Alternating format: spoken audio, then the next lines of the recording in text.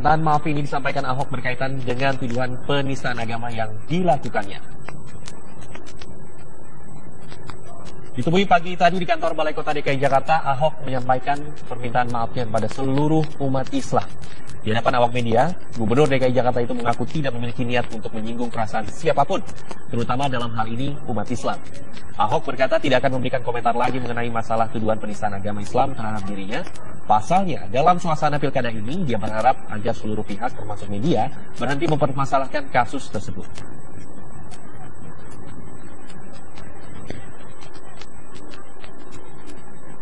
Saya sampaikan kepada semua umat Islam ataupun orang yang merasa tersinggung, saya sampaikan mohon maaf. Tidak ada maksud saya melecehkan agama Islam atau Al-Quran. Kalian bisa lihat suasana videonya seperti apa. TV One semua juga ada di lokasi, kok nggak ada TV yang menganggap itu sebuah pelecehan. Saya juga bukan anti-Islam, saya dari kecil kamu bisa lihat. Bukan kita mau riak itu ya. Sekolah-sekolah Islam kita bantu izin berapa banyak selesaikan izin. Termasuk KJP untuk madrasah. Termasuk kita bangun masjid. Yang mau bisa lihat tindak tanduk saya, ada nggak musuhin Islam? Ada nggak pengen melecehkan Al-Quran? Makanya saya minta maaf untuk kegaduhan ini. Jangan sampai, saya pikir komentar ini jangan diteruskan lagi. Ini tentu mengganggu keharmonisan hidup berbangsa bernegara. Ya, sebelumnya pernyataan Gubernur DKI Jakarta Basuki Cahayapurnama di Kepulauan Seribu memicu kontroversi. Dampak dari pernyataan tersebut, Ahok dilaporkan kepada polisi oleh sejumlah warga.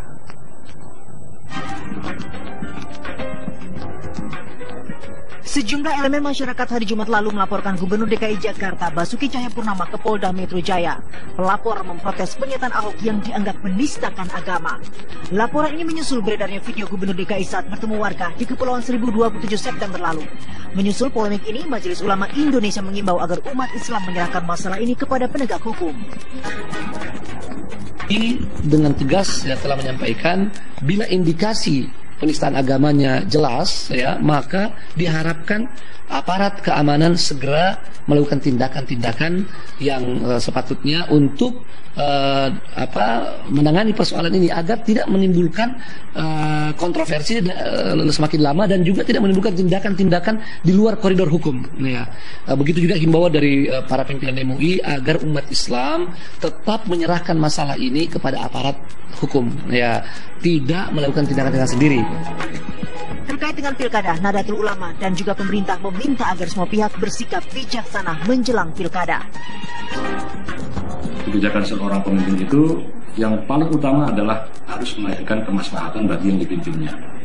Jadi menurut saya kita kembalikan kepada masing-masing ya, untuk mari kita menghadapi pilkada DKI ini secara tenang, kemudian damai, kemudian bijaksana dan tentunya menenangkan. Para calon sudah cukup dewasa ya, bahwa apapun isu-isu yang menyangkut SARA, saya kira sudah masyarakat sudah semakin cerdas lah. Saya kira tidak akan ada manfaatnya itu. Pilih orang yang memang punya visi, dia punya misi, dia amanah untuk dalam memimpin DKI khususnya. Nah, DKI adalah barometer nasional. Sementara menurut KPU dan Bawaslu, pernyataan Ahok tidak masuk pelanggaran karena calon resmi belum ditetapkan. Namun masyarakat yang merasa dirugikan bisa memprosesnya secara pidana kepada penegak hukum. Tim TV One mengabarkan.